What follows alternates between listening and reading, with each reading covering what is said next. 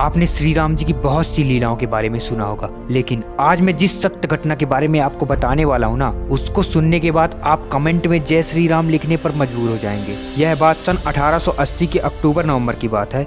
एक गांव था तुलसी, जो उस समय छत्तीसगढ़ के जांजगीर जिले में आता था।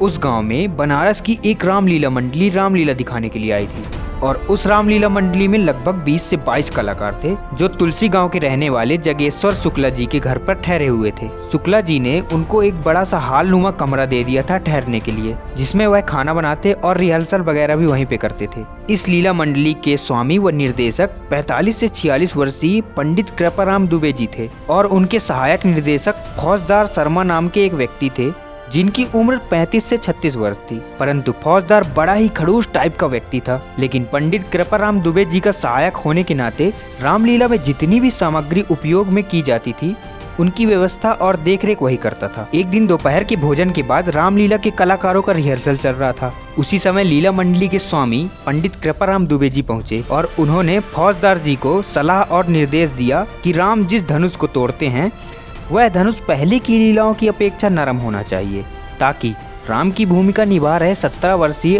बालक उसे आसानी से तोड़ सके।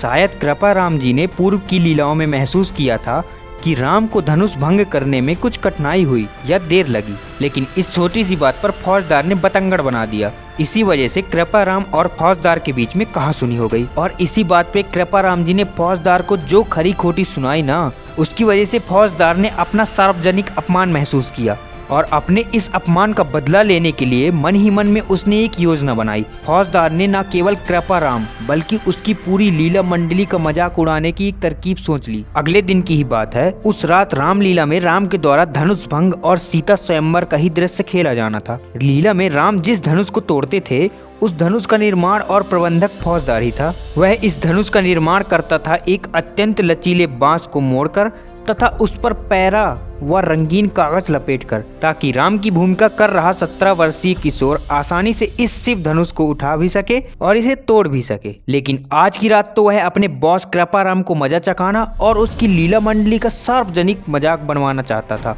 इसलिए उसने एक चाल चली जिसकी उसने किसी को भी कानो कान खबर नहीं लगने दी। फौजदार जिसके यहाँ रहता था, उसने उनसे किसी बहाने से एक लोहे की छड़ मांगी और छड़ लेकर वह लोहार के पास जाकर एक लोहे का धनुष बनवा लाता है और किसी को पता न चले, इसलिए उसने धनुष पर रंगीन कागज लपेटकर उसको सजा दिया। और जब रात को लीला शुरू हुई तो फौजदार ने वहीं लोहे की राड से बना शिव धनुष चुपचाप रंगमंच में ले जाकर टेबल पर रख दिया।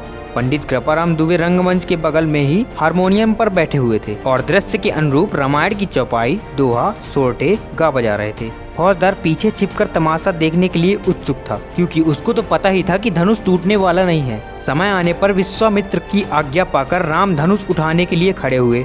आगे बढ़ के राम ने धनुष तो उठा लिया, पर यह क्या, पहले की लीला में तो वह इतना कठोर और भारी नहीं हुआ करता था, फिर वह उसे मध्य से तोड़े कैसे? अभी कुछ देर पहले लीला में रावण तथा अन्य दिग्गजों का जो अपमान हुआ था, क्या वह राम का भी होने जा रहा है? राम की भूमिका निभाने वाले बालक ने कतार नेत्रों से हारमोनियम बजा रहे पंडित कृपाराम जी की ओर देखा। राम से आंखें चार होते ही दुबे जी समझ गए कि दाल में कुछ काला है और राम बड़े संकट में है।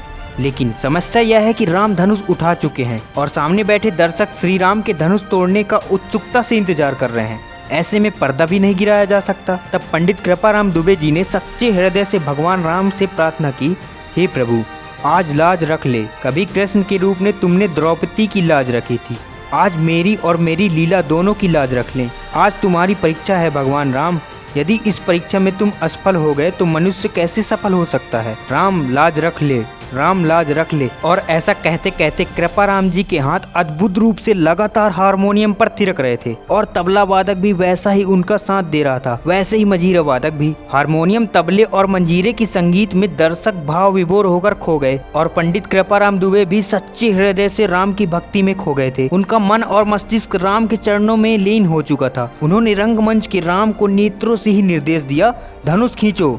और भाव विभोर होकर गाना गाने लगे। क्या गाते हैं? लीत चढ़ावत खैचत गांठे, काहू न लखा देख सब उठाठे, तेई छन राम मध्य धनु तोरा, भरे भुवन धुनि घोर कठोरा। तभी रंगमंच पर बिजली कड़कने की सी एक टंकार हुई और अगले ही क्षण राम के हाथों से शिव धनुष टूटकर झूल रहा था। दर्शकों के मध्य चारों ओर करतल ध्वनि होने लगी और तालियों की गड़गड़ाहट से लीला स्थूल गूंज उठा, मानो आज यथार्थ का शिव धनुष ही राम ने भंग कर दिया हो। पंडित कृपाराम जी का नाम आज सचमुच ही चरितार्थ हो गया था, यानी राम ने सचमुच ही आज उन पर कृपा कर दी थी। दूसरे दिन पंडित कृपाराम दुबे जी फूट फूट कर रो रहे थे और बता रहे थे प्रभु ने कैसी लीला की, और पंडित कृपाराम जी रो रो कर अपने प्रभु राम की कृपा और महिमा का बखान कर रहे थे। लेकिन जिस फौजदार ने ऐसा षड्यंत्र रचा था, कहते हैं आज तक उस रात से फौजदार कभी किसी को नहीं दिखा। धन्य है प्रभु श्री राम जी की लीला। जय श्री राम।